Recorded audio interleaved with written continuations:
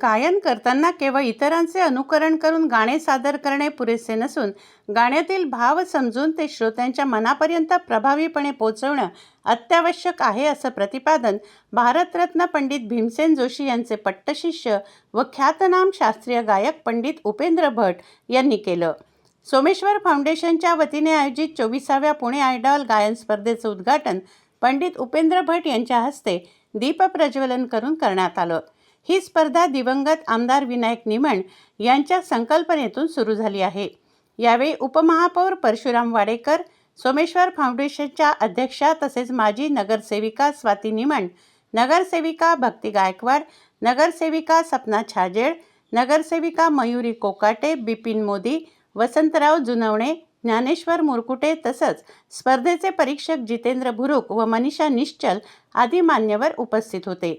मार्गदर्शन करताना पंडित उपेंद्र भट म्हणाले की ही गायन परिवर्तन घडवणारी प्रभावी कला असून त्यामध्ये अर्थपूर्णता असणं आवश्यक आहे.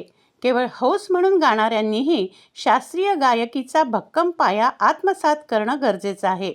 यावेळी त्यांनी पंडित भीमसेन जोशी, किशोर कुमार, मोहम्मद रफी, आशा भोसले व लता मंगेशकर यांच्या आठवणींना उजाळा दिला. तसेच रस बरसत अमृत वेणा हे युगलगीत सादर करून उपस्थितांची दाद मिळवली. दिवंगत आमदार विनायक निमण यांच्या संगीत प्रेमाच्या आठवणींनाही त्यांनी उजाळा दिला. उपमहापौर परशुराम वाडेकर यांनी सांगितलं की संगीत ही समाजात सकारात्मक बदल घडवणारी कला आहे. प्रत्येकाने व्यावसायिक गायक होणे शक्य नसले तरी गायनाची आवड जोपासणं आवश्यक आहे. 100 भाषणांपेक्षा एक गाणे अधिक प्रभावी ठरते, हा डॉक्टर बाबासाहेब आंबेडकर यांचा विचार त्यांनी अधोरेखित केला. प्रास्ताविकात स्वाती निमण यांनी सांगितलं की पुणे आयडॉल स्पर्धेला राज्यभरातून उत्स्फूर्त प्रतिसाद मिळत असून भविष्यात ही स्पर्धा महाराष्ट्र आयडॉल म्हणून विस्तारेल असा विश्वास आहे.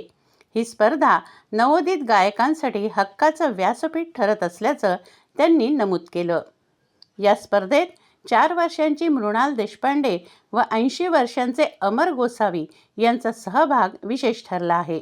नागपूर, संभाजीनगर, सोलापूर, कोल्हापूर व मुंबई आदी भागातून एकूण 560 स्पर्धकांनी सहभाग नोंदवला आहे. 3 दिवस प्राथमिक फेरी पार पडणार असून त्यानंतर अंतिम फेरी आयोजित करण्यात येणार आहे. उद्घाटन समारंभात मान्यवरांचं स्वागत उमेश वाघ यांनी केलं. सूत्रसंचालन मिलिंद कुलकर्णी यांनी केलं तर आभार प्रदर्शन अमित मुरकुटे यांनी केलं. जितेंद्र भुरुक आणि सपना छाजेड यांनी मनोगत व्यक्त केलं.